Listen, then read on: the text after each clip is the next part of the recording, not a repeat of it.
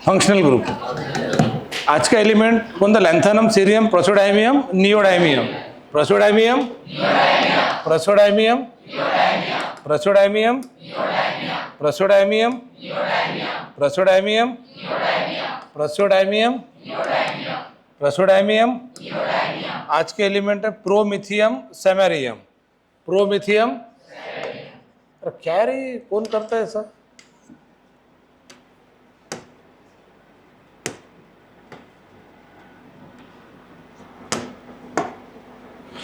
प्रोमिथियम, promethium, promethium, promethium, promethium, promethium, promethium, promethium, samarium. Promethium, lanthanum, cerium, praseodymium, neodymium, promethium, samarium. Promethium, promethium, promethium. आज functional group जो है अपन देखेंगे acid anhydride, acid halide. तो acid halide आपको already बताया था मैंने। और अगला देखेंगे ईस्टर। तो अपने एक्चुअल में 3 ग्रुप आपके बाकी है। एक है एसिड अनहाइड्राइड, दूसरा है एसिड हलाइड, और तीसरा है ईस्टर। और सबसे खास बात, ये तीनों आपके ऑलरेडी हुए हुए, तीनों भी आपको ऑलरेडी पता है। देखो अभी जो एसिड अनहाइड्राइड है, अनहाइड्राइड का मतलब क्या होता पहले समझ लो। अनहाइड्राइड का मतलब होता 2 मॉलिक्यूल में से वाटर मॉलिक्यूल निकालने के बाद बना हुआ कंपाउंड। जैसे जैसे आर बॉन्ड COOH, पढ़ो। आर बॉन्ड COOH, पढ़ो। कितने एसिड के मॉलिक्यूल लिए अपन ने? शाबाश। अब एक बात बताओ, क्या आपको एसिड के एग्जाम्पल पता है? बताओ। Formic acid, acetic acid, propionic acid, butyric acid, benzene. क्या बात है, शाबाश। बस वही है। अब ये एसिड के 2 मॉलिक्यूल में से देखो मैं क्या निकालने जा रहा हूं, जरा ध्यान से देखना। देखो जरा ध्यान से, जादू दिख रहा। क्या निकला? Water in the form of ककड़ी। ककड़ी वाटर निकल, फिर क्या बचा? ये क्या था? ये एसिड था। क्या निकाले अपन ने? वाटर। फिर क्या बचा? RCO, RCO दोनों को मिला के बॉन्ड ओ ये बचा। अरे बोलो ना। अबे यस सर। तो क्या बचा? ओ हाँ, RCO, RCO दोनों को मिला के बॉन्ड ओ। सुना चाहिए। RCO, RCO दोनों को मिलाकर बॉन्ड ओ। हाँ, RCO, RCO दोनों को मिलाकर bond O. Again very good. RCO, RCO दोनों को मिलाकर बॉन्ड ओ। दोनों को मिलाकर बॉन्ड ओ। हाँ, RCO, RCO दोनों को मिलाकर बॉन्ड ओ। इसको कहते एसिड अनहाइड्राइड। खत्म। क्या कहते हैं इसको? Acid, acid. अब एक बात बताओ, क्या ये कंपाउंड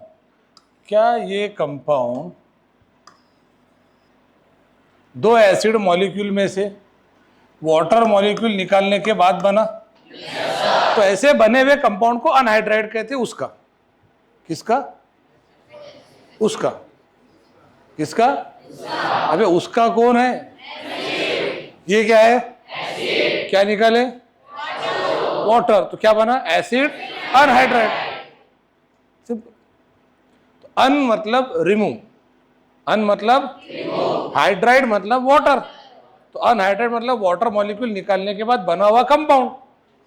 तो अगर अपन ने एसिड लिया तो क्या बना? एसिड अब अगर मैंने फॉर्मिक एसिड लिया तो formic anhydride, formic acid anhydride नहीं बोलेंगे, फॉर्मिक एसिडिक एसिड लिए तो, बेंजोइक एसिड लिए तो मैं इसका एक एग्जांपल तैयार करके दिखा रहा, बाकी आपको तैयार करते आ जाएगा। जो पहला एग्जांपल मैं जो तैयार करके दिखा रहा हूँ, एग्जांपल नंबर 1 देखो, H bond COOH, H bond COOH, क्या निकालना है इसके अंदर से? वाटर। चलो बताओ, 1 मिनट, क्या ये था फॉर्मिक एसिड। अब ऐसा नहीं क्या ये फॉर्मिक एसिड, ये फॉर्मिक एसिड एक बार लिखे तो भी चल जाता, ये क्या है? फॉर्मिक। अब ये तो पता है ना फॉर्मिक एसिड है करके, इसके लिए अपने प्रैक्टिस करते formic acid, acetic acid, propanoic acid, butyric acid, benzoic acid. तो क्या ये फॉर्मिक? अब इधर क्या बचा? फिर देख लो, HCO, देखो ना ये बचा HCO दोनों को मिलाकर बॉन्ड O, हाँ HCO दोनों को मिलाकर बॉन्ड O, तो इसका नाम क्या रहेगा? फॉर्मिक अनहाइड्राइड, फॉर्मिक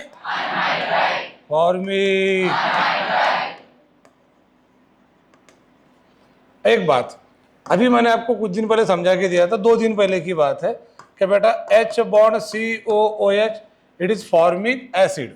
पहले 1 मिनट, ये पहला एग्जांपल बने, इसके बाकी 4 एग्जांपल बनाते आएंगे आपको। अब एक आधे बच्चे के दिमाग में क्वेश्चन ये आएगा कि सर ये जो अनहाइड्राइड है जिसमें अपन एसिड के कितने मॉलिक्यूल ले रहे, और मान लो अगर ये दोनों अपन ने सेम लिए तो ये बन रहा। अब मान लो अगर एक अपन ने लिए फॉर्मिक एसिड और एक लिए, तो वैसे ही बनेगा। फिर जो एसिड लिए, मतलब मैंने एक फॉर्मिक लिया और एक मैंने एसिडिक लिया, तो उसका नाम क्या बन जाएगा? फॉर्मिक। उसमें अल्फाबेटिकली पहले ए आएगा, तो उसका नाम क्या रहेगा? Acetic formic anhydride. जैसे मान लो अगर मैंने इसका ये इसको कहते हैं सिंपल अनहाइड्राइड। अब मैंने मान लो ये लिया acidic acid CH3 bond COH, what is this? AA। और दूसरा लिया H bond COOH, what is this? Formic acid. फिर क्या बचा?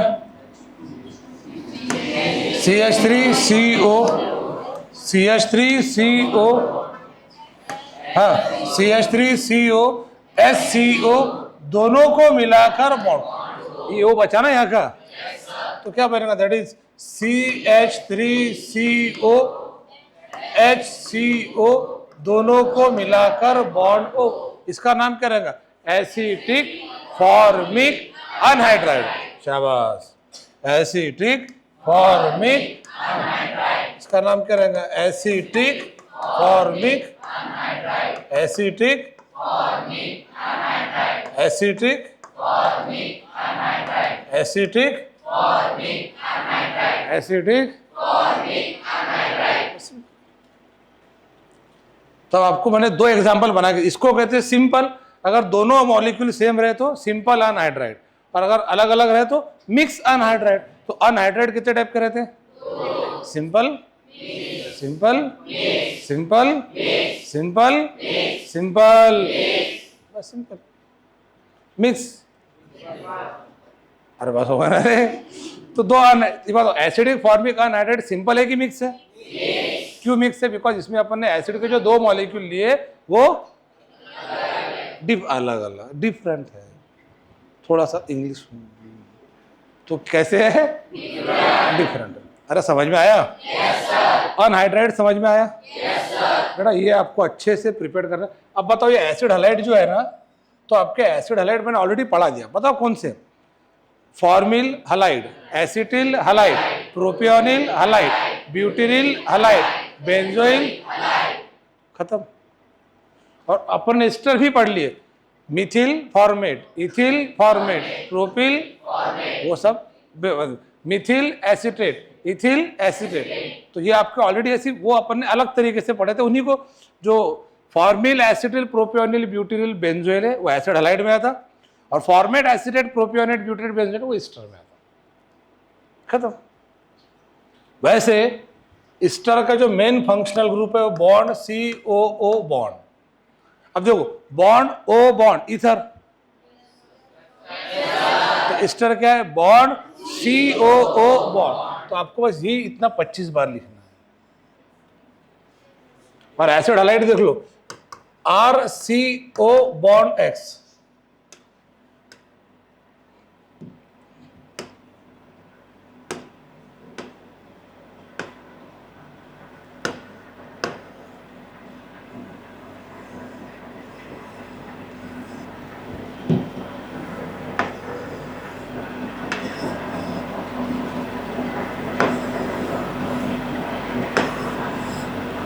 ये 25 बार लिखना है, 2 होमवर्क के बस। तो अब मैं ये इसका डिटेल कल बताऊंगा, अभी मुझे थोड़ा इंपॉर्टेंट काम में आना है। तो आज आपको सिर्फ क्या करना है, एसिड हैलाइड का फार्मूला क्या है, RCO बॉन्ड X, और यहाँ पे R की जगह पे अपन H रखे तो formal, HCO formal, CH3CO acetyl. तो आपको एग्जांपल ऑलरेडी पता है, बट आपको सिर्फ ग्रुप देना। What is acid halide, RCO, and what is ester, bond C। अरे ये क्या हो गया इसको,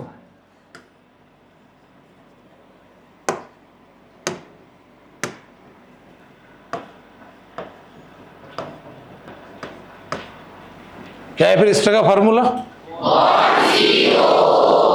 ये 25 बार एसिड हैलाइड का फार्मूला 25 बार। अरे समझा रहे? yes, sir। और इसके एग्जाम्पल 1, ये एग्जाम्पल नंबर 1 के बाद आपको एसिटिक, प्रोपियोनिक, ब्यूटेरिक, बेंजोइक 1 से लेके 5 तक ये लिखना। और ये एग्जाम्पल नंबर 6 हो गया आपका, ये मिक्स हो गया। ये कौन सा अनहाइड्रेट हो गया, इट इज मिक्स अनहाइड्रेट। तो अनहाइड्रेट कितने टाइप के रहते हैं, एक, दूसरा, सर फिर अनहाइड्रेट का जनरल फार्मूला क्या है, RCO दोनों को मिलाकर बॉन्ड O, दोनों को मिलाकर RCO दोनों को मिलाकर बॉन्ड O, RCO दोनों को मिलाकर बॉन्ड O,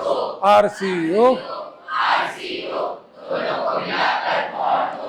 ये सैटरडे जो है आपकी बैच रहेगी, और आपको कंटिन्यू पिछले 4 हफ्ते से एक भी हफ्ता छुट्टी नहीं दी हमने। तो अभी उसके अगले संडे टेस्ट है आपका, तो ये संडे मेरे तरफ से छुट्टी रहेगी आपको। तो बच्चे नाराज हो गए हैं, कैंसिल, छुट्टी कैंसिल, चलो। तो मैं सोच रहा कि पिछले 4 हफ्तों से आप कंटिन्यू नॉन स्टॉप बैच चल रही है अपनी। बेटा ये भी रिकॉर्ड है, पूछ लो बाहर, कंटिन्यू 4 हफ्ते की बैच नहीं चल रही। तो ये जो आपका संडे है, इस संडे आपको छुट्टी रहेगी, ताकि अगले हफ्ते के टेस्ट के हिसाब से आपको पूरा दिन मिलता है, सैटरडे मिलता है अच्छे से पढ़ने। सैटरडे बैच के बाद, कल बैच है आपकी, तो संडे के दिन आप पूरा रिवीजन कर सकते हैं, किसको नोट्स होना है, किसको कुछ होना है, अभी अरेंज कर लो अच्छे तरीके से। कोई लेट आया, कोई नोट्स अरेंज करना है, संडे ऑफ रहेगा, मंडे के दिन आपकी वापस से क्लास रहेगी, मंडे टू सैटरडे क्लास रहेगी। फिर अगले संडे आपका यानी 11 मई टेस्ट रहेगा, पेरेंट मीटिंग रहेगी, फिर आपकी छुट्टी रहेगी। और आपके जो कॉलेज के एडमिशन है, मैं आपको स्ट्रिक्टली कह रहा हूँ, भले ही कोई कितने भी नज़दीक का हो, आप कॉलेज के सारे एडमिशन क्लास पे रहने दो। अगर आपको फालतू के टेंशन से बचना है तो वो सारा टेंशन क्लास देखेगा। और सबसे खास बात, एक्स्ट्रा फीस भी नहीं लग रही आपको। प्रैक्टिकल 11-12 के बोर्ड के जो 11-12 के फर्स्ट टर्म, सेकंड टर्म, बाकी के जो फालतू की चीज़ें, वो सब अपने कंफर्टेबल जोन के हिसाब से क्लास पर रहेगी।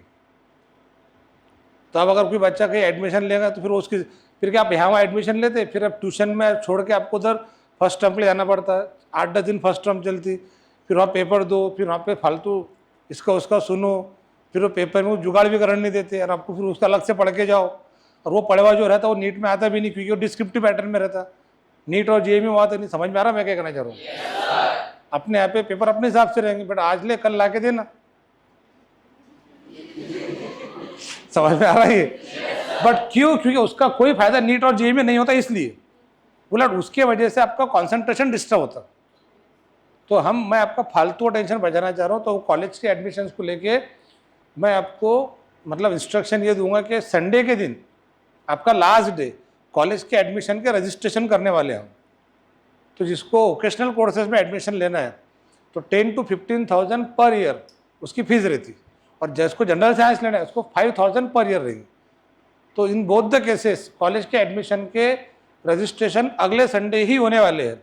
एक ही दिन दूंगा मैं आपको कॉलेज के एडमिशन करने को।